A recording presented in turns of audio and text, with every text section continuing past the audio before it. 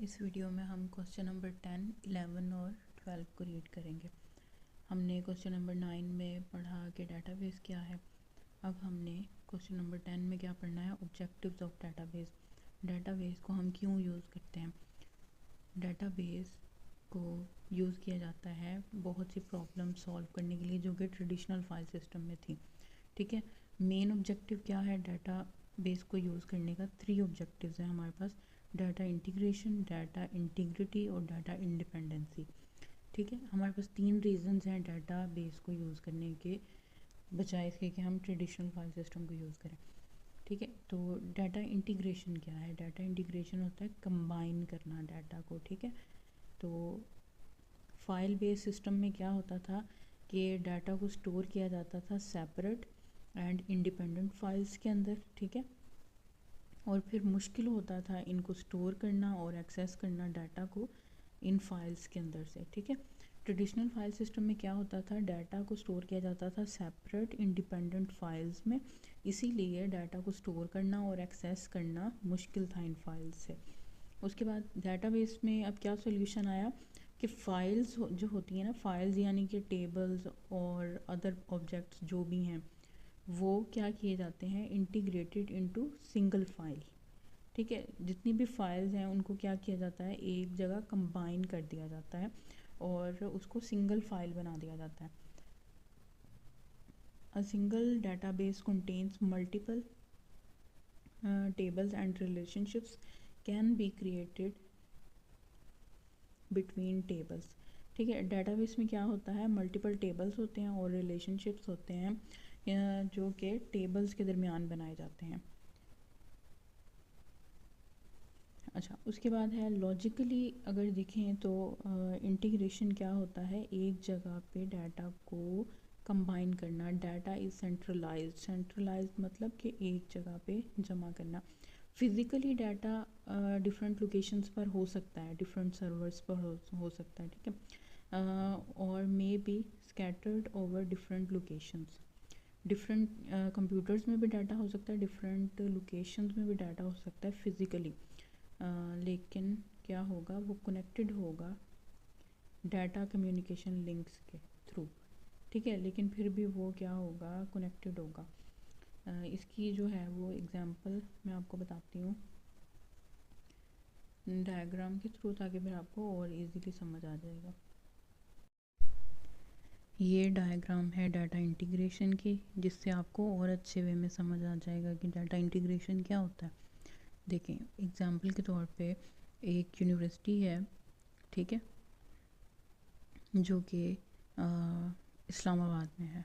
ठीक हो गया, और उसका एक कैंपस है, ये कैंपस है, और एक ये कैंपस है। जो कैंपस 1 है वो कहाँ पे है, वो लाहौर में है।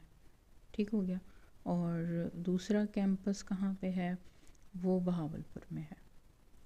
तो अब ये जो इस्लामाबाद की मेन यूनिवर्सिटी है उसका डाटा, और जो लाहौर में है कैंपस उसका डाटा, और जो बहावलपुर में है उसका डाटा, वो तमाम का तमाम डाटा जो है वो यहाँ पे कंबाइन हो गया। ठीक है, डाटा इंटीग्रेशन के थ्रू इन सब का डाटा। अब क्या होगा, अब एक यूनिफाइड व्यू मिल जाता है कि अगर इस यूनिवर्सिटी में जो ऑफिस स्टाफ है या जो भी स्टाफ जिसको डाटा की ज़रूरत है दूसरे सिटी के कैंपस के डाटा की या इस सिटी के कैंपस के डाटा की, तो वो यहाँ पे देख सकते हैं। यानी कि वो सारा जो डाटा है वो एक जगह पे कंबाइन हो जाता है। तो कितना इजी है कि आप अगर लाहौर में हैं तो आप यहाँ का डाटा देख सकते हैं, आप यहाँ का डाटा देख सकते हैं।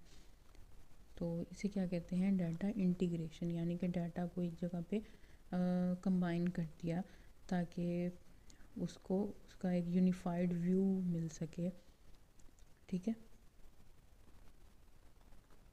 जैसा कि डेफिनेशन में है कि डाटा इंटीग्रेशन क्या होता है कि डाटा बेशक आपका किसी भी सर्वर पे है। अब यहाँ पे डिफरेंट कंप्यूटर्स हैं, यहाँ पे और कंप्यूटर्स हैं, यहाँ पे और कंप्यूटर्स हैं, और ये डिफरेंट लोकेशंस पे हैं ये सारे कंप्यूटर्स। तो डिफरेंट सर्वर्स हों या डिफरेंट लोकेशंस हों, वो सारा डाटा एक जगह पे कंबाइन कर दिया जाता है। ठीक हो गया। अब हम डाटा इंटीग्रिटी के बारे में पढ़ते हैं। करेक्टनेस और कंसिस्टेंसी ऑफ डाटा। अब करेक्टनेस और कंसिस्टेंसी ऑफ डाटा क्या होता है कि अगर एक डाटा आइटम जो कि स्टोर है एक से ज़्यादा फाइल्स में, ठीक है, मोर देन वन फाइल्स में, तो उसको हर फाइल में अपडेट किया जाना चाहिए अगर वो आइटम चेंज होता है। अगर कोई डाटा आइटम जो है वो डिफरेंट फाइल्स में सेव है और अगर उसमें कुछ चेंजेस आते हैं तो वो हर फाइल में चेंज होनी चाहिए। इसको कहते हैं डाटा करेक्टनेस एंड कंसिस्टेंसी। ठीक हो गया। इन डाटाबेस, और डाटाबेस में क्या है, only one copy of data is kept. सिर्फ एक सिंगल कॉपी ही होती है डाटाबेस में। क्या हमने रीड किया था कि डुप्लीकेशंस नहीं होती, एक ही कॉपी जो है वो सेव की जाती है डाटा की, और इसीलिए डाटा मोर कंसिस्टेंट है। एक ही जगह पे है ना डाटा, तो एक ही कॉपी है उसकी, तो हमें डिफरेंट फाइल्स में चेंज करने की ज़रूरत नहीं है। इस वजह से डाटा जो है वो डाटाबेस के अंदर मोर कंसिस्टेंस है। अब डाटा इंटीग्रिटी को और मज़ीद वो बता रहे हैं कि डाटा इंटीग्रिटी होती क्या है। Integrity is usually expressed in terms of certain constraints. ठीक है, कॉन्स्ट्रेंट्स क्या होते हैं, रूल्स होते हैं। इंटीग्रिटी को कैसे एक्सप्रेस किया जा सकता है, सर्टेन कॉन्स्ट्रेंट्स भी बोल सकते हैं इसको। ये क्या होते हैं, कंसिस्टेंसी रूल्स होते हैं that check the data before storing in database. ठीक है, ये रूल्स होते हैं जो कि यूज़ किए जाते हैं डाटाबेस में डाटा को स्टोर करने से पहले चेक करने के लिए data. The rules can be applied to database so that the correct data can be entered in database। ठीक है, तो पहले ये रूल्स अप्लाई होते हैं और उसके बाद डाटा को चेक करने के बाद डाटाबेस में स्टोर किया जाता है। चेक क्या करेंगे कि डुप्लीकेशन तो नहीं हो रही या कोई नल वैल्यू रह गई, तो उसको उस तरह के रूल्स होते हैं। ठीक है, अभी हमने डाटाबेस में ये रूल्स भी रीड करने आगे, तो अब हम इसकी डायग्राम देख लेते हैं ताकि हमें और अच्छे से समझ आ जाए कि डाटा इंटीग्रिटी क्या होती है। अब ये देखो, ये एग्जांपल है डाटाबेस की जिसमें 2 टेबल्स सेव किए हुए हैं। ठीक है, डाटाबेस के अंदर अब क्या है, हर एक टेबल की एक की होती है, यूनिक की। ठीक है, जिसे प्राइमरी की कहते हैं, और यही जब की दूसरे टेबल में ऐड की जाती है तो वो क्या चेंज हो जाता है, उसका नाम फॉरेन की बन जाता है, यानी कि दूसरे टेबल की की। ठीक हो गया। अब इसी की को, इन सारे नंबर्स को इस टेबल में ऐड कर दिया हुआ है। ठीक है, तो इस तरह ये जो दोनों टेबल्स हैं इनका आपस में रिलेशनशिप बन गया। अब हमें डाटा को डुप्लीकेट नहीं करना पड़ता। अब यहाँ पे डिपार्टमेंट की जो लोकेशंस हैं यहाँ पे लिखी हुई, अब हमें लोकेशंस लिखने की ज़रूरत नहीं है। हम सिर्फ कीज़ का जो ये डिपार्टमेंट नंबर है, हमने सिर्फ इसको ऐड कर दिया है। ठीक है, और टेबल में जब वो ऐड होगी, ये डिपार्टमेंट नंबर ऐड हो गया, बस। ठीक हो गया, यानी कि डाटा डुप्लीकेट नहीं होता। डाटा जो है उसको रिलेशनशिप बनाया जाता है कि एक जगह ही सेव किया जाएगा। अब यहाँ पे देखो कि एम्प्लॉय नेम है, ये नेम्स आ गए, और यहाँ पे एज है। ठीक है, इसमें कुछ भी डुप्लीकेट नहीं हो रहा, कोई भी फील्ड जो है वो डुप्लीकेट नहीं हो रही। इसी तरह इस टेबल में यहाँ पे हमारे पास डिपार्टमेंट नंबर आ जाएगा और डिपार्टमेंट लोकेशन आ जाएगी। ठीक है, अब ये जो लोकेशंस हैं ये यहाँ पे हमें लिखने की ज़रूरत नहीं है अलग से कि हम डिपार्टमेंट नंबर भी लिखते और फिर यहाँ पे एक नया टेबल बनाते और यहाँ पे जी लिखते डिपार्टमेंट लोकेशन और फिर यहाँ पे लोकेशन। इस तरह तो फिर ये कॉपी हो जाती ना, डुप्लीकेशन आ जाती। तो क्या किया है, इसको नहीं ऐड किया, सिर्फ यहाँ पे इसकी की ऐड कर दी, ये प्राइमरी की ऐड कर दी जो कि क्या बन गई, फॉरेन की। ठीक है, इसको क्या बोलेंगे, फॉरेन की। और ये यहाँ पे आपको एरो नज़र आ रहा है, ये क्या है, ये रिलेशनशिप बन गया इस टेबल से इस टेबल का। ठीक है, होपफुली आपको इसकी समझ आई होगी। नेक्स्ट टॉपिक है डाटा इंडिपेंडेंसी। डाटाबेस क्या है, प्रोवाइड करता है फैसिलिटी डाटा इंडिपेंडेंसी की। डाटा इंडिपेंडेंसी क्या होती है, डाटा स्ट्रक्चर जो है और डेटाबेस का डाटा स्ट्रक्चर और एप्लीकेशन प्रोग्राम्स ये दोनों एक दूसरे से सेपरेट होते हैं। ठीक है, डेटाबेस का डाटा का स्ट्रक्चर डेटाबेस में और एप्लीकेशन प्रोग्राम्स दोनों ही एक दूसरे से सेपरेट होते हैं, जिसकी वजह से यूज़र इजीली चेंज कर सकते हैं स्ट्रक्चर को, डेटाबेस के स्ट्रक्चर को, ठीक है, बगैर मॉडिफाई किए एप्लीकेशन प्रोग्राम। ठीक है, आप स्ट्रक्चर अगर आपने चेंज करना है तो आप बगैर एप्लीकेशन प्रोग्राम को चेंज किए स्ट्रक्चर चेंज कर सकते हैं। और इसी तरह अगर आपको मॉडिफाई करना है एप्लीकेशन प्रोग्राम तो आप बगैर स्ट्रक्चर को चेंज किए आप डेटाबेस की एप्लीकेशन प्रोग्राम को चेंज कर सकते हैं। ठीक है, लेकिन फाइल बेस्ड सिस्टम में क्या होता था कि एप्लीकेशन प्रोग्राम सिर्फ उसी स्पेसिफिक एप्लीकेशन फ़ाइल्स के लिए ही बनाए जाते थे, डाटा फाइल्स के लिए, और वो दूसरी फाइल्स को ओपन नहीं कर सकते थे। और इसी तरह दूसरी फाइल्स जो थी वो किसी और एप्लीकेशन प्रोग्राम्स में ओपन नहीं होती थी। तो क्या है यहाँ पे बता रहे हैं कि the structure of data item is built into the individual application programs. वही के डाटा आइटम जो हैं वो किसी ख़ास स्पेसिफिक एप्लीकेशन प्रोग्राम्स के लिए ही बनाए हुए होते थे उसी के अंदर। तो जो कि फिर the data is dependent upon the data files. ठीक है, डाटा फाइल्स जो हैं वो डिपेंडेंट होती थी एप्लीकेशन प्रोग्राम से, और एप्लीकेशन प्रोग्राम जो थे वो डिपेंडेंट थे डाटा फाइल्स। ठीक हो गया। लेकिन डाटाबेस में क्या है, हमें डाटा इंडिपेंडेंसी दी जाती है, क्योंकि डाटा का स्ट्रक्चर और एप्लीकेशन प्रोग्राम दोनों एक दूसरे से सेपरेट हैं। तो आपने अगर स्ट्रक्चर को मॉडिफाई करना है तो बगैर एप्लीकेशन प्रोग्राम के आप उसको मॉडिफाई कर सकते हैं। ठीक है, और अगर आपने एप्लीकेशन प्रोग्राम को मॉडिफाई करना है तो आप बगैर स्ट्रक्चर में चेंजेस किए आप उसको मॉडिफाई कर सकते हैं। ठीक है, next question number 11। Question number 11 क्या है, डेटाबेस मॉडल्स क्या होते हैं। ठीक है, डेटाबेस क्या है, डेटाबेस के ऑब्जेक्टिव्स को रीड कर लिया हमने। अब डेटाबेस का मॉडल कैसे हो सकता है, कितनी टाइप्स के होते हैं डेटाबेस मॉडल्स। तो अ सेट ऑफ रूल्स और concepts that describe the structure of data, database is called database model. ठीक है, सेट ऑफ रूल्स जो कि डिस्क्राइब करते हैं डेटाबेस का स्ट्रक्चर क्या है उसको क्या कहते हैं, डेटाबेस मॉडल। डेटाबेस मॉडल क्या है, सेट ऑफ रूल्स जो कि डिस्क्राइब करते हैं स्ट्रक्चर ऑफ डेटाबेस। ठीक है, इट डिस्क्राइब्स डाटा टाइप्स के डेटाबेस में कौन सी टाइप्स हैं, क्या रिलेशनशिप है डाटा का आपस में, और इसमें कौन सी रिस्ट्रिक्शंस जो है वो डाटा पे लगाई गई हैं डाटा को स्टोर करने के लिए। ठीक है, most of the data models are also include a set of basic operations for specifying retrieval and updates procedures on the database. ठीक है, डिफरेंट जो मॉडल्स हैं उनमें डिफरेंट ऑपरेशंस होते हैं ताकि डाटा रिट्रीवल के लिए और अपडेशन के लिए जो है वो डाटाबेस में ये यूज़ किए जाते हैं। अच्छा, तो अब हमारे पास 3 तरह के डाटा मॉडल्स हैं, वो कौन कौन से हैं डाटा मॉडल्स।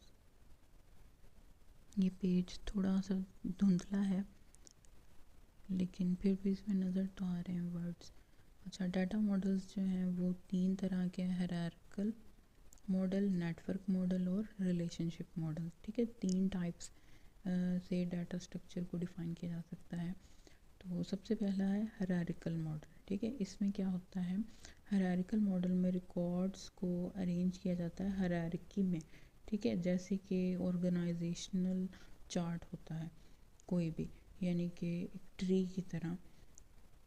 तो each record type is called node और सेगमेंट। ठीक है, ये जो एक है ना इसको नोड बोलते हैं, ये हर एक जो है वो नोड है। ठीक है, या सेगमेंट इसे बोलते हैं। ये एक रिकॉर्ड को कलेक्ट करने के लिए the node represents a particular entity. ठीक है, हर एक नोड जो है वो पर्टिकुलर एंटिटी को शो करती है, ये कोई एंटिटी होगी, ये कोई एंटिटी। ठीक हो गया, जिससे मुतालिक हमने डाटा कलेक्ट करना है। उसके बाद यहाँ पे है कि the top most node is called root. ठीक है, इसको हम कहते हैं रूट। ये यहाँ पे है कि एक टर्म होती है पेरेंट चाइल्ड टर्म, ठीक है, उसको भी यूज़ किया जाता है डेटाबेस में। क्या जो ये स्ट्रक्चर है ना हायरार्किकल मॉडल, इसको डिस्क्राइब करने के लिए, ठीक है। A node may have many numbers of children but each node only have only one parent, ठीक है। यहाँ पे वो कह रहे हैं कि एक जो नोड है उसके डिफरेंट चाइल्ड तो हो सकते हैं, ठीक है, एक से ज़्यादा, लेकिन हर एक नोड का एक ही पेरेंट होता है। यहाँ पे इससे जो अबव है वो एक ही है ना, इसी तरह इससे अबव जो है वो एक ही है। तो वो कह रहे हैं कि पेरेंट्स जो हैं वो एक से ज़्यादा नहीं हो सकते, लेकिन चाइल्ड एक से ज़्यादा हो सकते हैं, ठीक हो गया। उसके बाद है this kind of structure is often called, क्या है, इन्वर्टेड ट्री भी इसको बोलते हैं। The structure of hierarchical model वो यहाँ पे हमें बताया हुआ है कि एक रूट नोड है, उसके बाद उसकी चाइल्ड नोड और फिर इस चाइल्ड के आगे मज़ीद 2 चाइल्ड नोड्स हैं, ठीक हो गया। नेक्स्ट जो है वो है नेटवर्क मॉडल। नेक्स्ट है नेटवर्क मॉडल। नेटवर्क मॉडल भी सिमिलर है हायरार्किकल मॉडल से, लेकिन इसमें एक डिफरेंस है। वो डिफरेंस क्या है कि यहाँ पे इस मॉडल के अंदर चाइल्ड नोड के एक से ज़्यादा पेरेंट्स हो सकते हैं। हायरार्किकल मॉडल में क्या है कि पेरेंट्स के डिफरेंट चाइल्ड्स हो सकते हैं, लेकिन each child can only have one parent, ठीक है। लेकिन यहाँ पे क्या है, यहाँ पे एक से ज़्यादा पेरेंट्स हो सकते हैं और जो चाइल्ड नोड्स हैं उनको रिप्रेजेंट किया जाता है एरो से। यहाँ पे अब आप देखो कि इस स्ट्रक्चर में काफ़ी सारे एरोज़ हैं, ठीक है। यहाँ पे हम किस तरह था कि एक तरतीब से नीचे को ट्री की तरह फॉल हो रहे थे, लेकिन अब यहाँ पे क्या है कि इसका जो स्ट्रक्चर है वो थोड़ा डिफरेंट है। तो अब ये जो एरो कहते हैं कि रिप्रेजेंट करता है कि चाइल्ड कौन है और पेरेंट कौन है। तो एरो जिस तरफ जा रहा होगा वो चाइल्ड है, ठीक है, और ये जो है ये पेरेंट नोड है, ठीक हो गया। इसी तरह ये पेरेंट नोड है और यहाँ से एरो जा रहा है तो ये चाइल्ड नोड है, ठीक हो गया। और इसी तरह अब देखो यहाँ पे ये एरो जा रहा है इसकी तरफ, तो अब ये इसका पेरेंट नोड है, ये पेरेंट नोड है किसका, इसका, ठीक हो गया। इसी तरह ये हमारे पास नेटवर्क मॉडल है। नेक्स्ट लाइन को रीड करते हैं कि in this model complex diagram में be use to represent structure of database, ठीक है।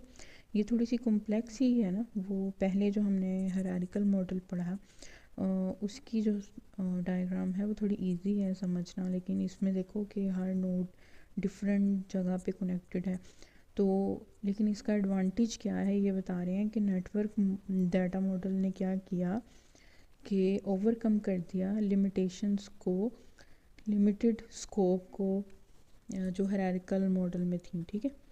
हायरार्किकल मॉडल में जो लिमिटेड स्कोप था ना उसको कम कर दिया। उसके बाद है network data model provides flexibility than hierarchical model, ठीक है। फ्लेक्सिबिलिटी क्या होती है कि आप किसी भी नोड को चेंज कर सकते हैं, उसमें एडिशन कर सकते हैं या फिर उसका स्ट्रक्चर चेंज कर सकते हैं, ठीक है। The structure of network model shown as following, ठीक है। यहाँ पे ये इसका स्ट्रक्चर बताया हुआ है। तस्वीर थोड़ी सी धुंधली है जिसकी वजह से आपको शायद वो क्लियर नज़र ना आ रही हो, लेकिन आपकी बुक्स, अगर आप सेकेंड ईयर के ही स्टूडेंट हैं तो आपके पास ये बुक होगी, उसमें ये डायग्राम बनी हुई, ठीक है। यहाँ पे इसमें क्या सिर्फ डिफरेंस क्या है कि चाइल्ड्स के डिफरेंट पेरेंट्स हो सकते हैं। नेक्स्ट है रैशनल डाटाबेस मॉडल, ठीक है। रैशनल डाटाबेस मॉडल क्या है, most commonly used data model है टू डिज़ाइन द डाटाबेस, ठीक है। मोस्ट कॉमनली यूज़ होने वाला डाटा मॉडल जो कि सिंपल है बनिस्बत हायरार्किकल और नेटवर्क मॉडल के, ठीक है। It consist of a collection of simple relations. इसमें क्या होते हैं, सिंपल रिलेशंस होते हैं। A relation represents a particular entity, ठीक है। रिलेशनशिप क्या रिप्रेजेंट करता है, पर्टिकुलर एंटिटी को रिप्रेजेंट करता है। These relations have no physical connections as used in hierarchical और एंड नेटवर्क मॉडल, ठीक है। नेटवर्क और हायरार्किकल मॉडल में जिस तरह फिजिकल कनेक्शंस होते हैं, यहाँ पे ये नहीं होते फिजिकल कनेक्शन।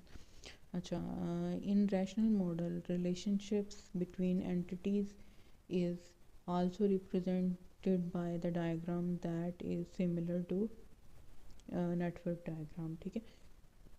वो कह रहे हैं कि डायग्राम के तौर पे इसको बताया तो जा सकता है कि ये जो डायग्राम है ना, ये कह रहे हैं कि सिमिलर है नेटवर्क डायग्राम की ही, but these relations are based on the, किस पे बेस करते हैं, the data of the entities, ठीक है। लेकिन ये रिलेशनशिप्स जो होंगे, ये डाटा जो एंटिटीज़ में जो डाटा सेव है ना, उन पे ये रिलेशनशिप जो है वो बेस करता है। फॉर एग्ज़ाम्पल कि एक टेबल है ना, यहाँ पे दो टेबल्स हैं, टेबल 1, टेबल 2। जैसे हमने पहले वो एग्ज़ाम्पल में देखा था ना, इंटीग्रिटी की एग्ज़ाम्पल में दो टेबल्स थे। तो यहाँ पे ना टेबल्स के जो अंदर जो डाटा होता है ना, उसकी बेसिस पे उसका कनेक्शन होता है दूसरे टेबल्स के साथ, ठीक है। एंटिटीज़ का कनेक्शन उसके अंदर मौजूद डाटा की बेसिस पे होता है। दीज रिलेशंस आर बेस्ड, ठीक हो गया। और उसके बाद ये स्ट्रक्चर बताइए। अब हम आगे इसके बारे में रीड करेंगे ना, मज़ीद क्वेश्चंस भी आएंगे, तो फिर आपको और डिटेल से समझ आ जाएगी कि कौन से रिलेशंस होते हैं एंटिटीज़ के दरमियान या टेबल्स के दरमियान, ठीक है। उसके बाद है क्वेश्चन नंबर 12, इस वीडियो का last question. Database management system क्या है। डेटाबेस मैनेजमेंट सिस्टम क्या होता है कि वो सिस्टम या वो प्रोग्राम जो कि डाटाबेस को मैनेज करने के लिए यूज़ होते हैं, ठीक है। A collection of program that are use to create, maintain and access databases is called database management system, ठीक है। ये कौन से प्रोग्राम्स होते हैं जो डाटाबेस को क्रिएट करने के लिए, मेंटेन करने के लिए और डाटाबेसेस को एक्सेस करने के लिए यूज़ किए जाते हैं, उनको डेटाबेस मैनेजमेंट सिस्टम बोलते हैं, ठीक है। In database management system the major component is the software known as database manager, ठीक है। डेटाबेस मैनेजमेंट सिस्टम में जो मेजर कंपोनेंट है, जो मेन कंपोनेंट है, वो क्या है, सॉफ्टवेयर है, जिसको क्या कहते हैं, डेटाबेस मैनेजर, ठीक है। उसके बाद इसका काम क्या होता है, it controls the working of all over database management system, ठीक है। जिसका काम क्या है, ओवरऑल डेटाबेस मैनेजमेंट सिस्टम की वर्किंग को कंट्रोल करना। Today the most popular and commonly used database management system is Microsoft Access, ठीक है। जो मेन यूज़ हो रहा है वो डेटाबेस मैनेजमेंट सिस्टम कौन सा है, जो अभी फ़िलहाल यूज़ हो रहा है, Microsoft Access. Normally, the database is used in large or medium size organization for data management, ठीक है। डेटाबेस मैनेजमेंट को कहाँ पे यूज़ किया जाता है, लार्ज या मीडियम साइज जो ऑर्गेनाइजेशन हैं जिनका बहुत डाटा है उसमें यूज़ किया जाता है। जैसे स्कूल, यूनिवर्सिटीज़ का डाटा हो गया, कॉलेजेस का डाटा हो गया, किसी बड़ी कंपनी का डाटा। ऑब्जेक्टिव्स क्या हैं मेन, कि हमने क्यों डेटाबेस मैनेजमेंट सिस्टम को यूज़ करना है। मेजर ऑब्जेक्टिव्स हैं, शेयरेबिलिटी है, इसमें अवेलेबिलिटी है, और नेक्स्ट पेज पे कुछ और इसके फीचर्स हैं। पहले हम स्केलेबिलिटी को रीड कर लेते हैं, शेयरेबिलिटी को। तो shareability means sharing of information among many users और पीपल, ठीक है। इसमें क्या है, डाटा को शेयर करना, इंफॉर्मेशन को शेयर करना जो है वो बहुत इजी है। The information can be stored at a central place, ठीक है। मेन क्या है डाटाबेस का पर्पस, के एक जगह पे डाटा को स्टोर किया जाता है। Different users can share the data from different locations, ठीक है। डिफरेंट यूज़र्स क्या करते हैं, अपना डिफरेंट डाटा डिफरेंट लोकेशंस पे जो होते हैं वो शेयर कर सकते हैं अपने डाटा को। अच्छा, उसके बाद है अवेलेबिलिटी। अवेलेबिलिटी मीन्स के both data and database management system must be easily accessible to the users, ठीक है। कि जब यूज़र्स को ज़रूरत है डाटाबेस मैनेजमेंट सिस्टम की या डाटा की, वो ऑल द टाइम अवेलेबल हो। Data should be available when it is needed, कि जब उसकी ज़रूरत है डाटा की तो डाटा अवेलेबल हो। थर्ड और फोर्थ क्या है यहाँ पे, इवैल्यूएबिलिटी और डाटाबेस इंटीग्रिटी, ठीक है। इसका मतलब क्या है कि database management system must provide options to change both data and database structure, ठीक है।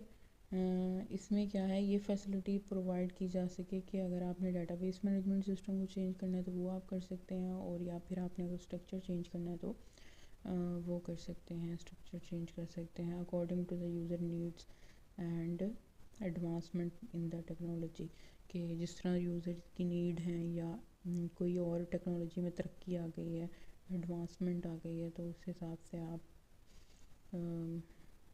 डाटा को या फिर डाटा स्ट्रक्चर को चेंज कर सकते हैं। डाटाबेस इंटीग्रिटी, जैसा कि हमने पहले पढ़ा कि डाटा इंटीग्रिटी क्या होती है, correctness and consistency of data in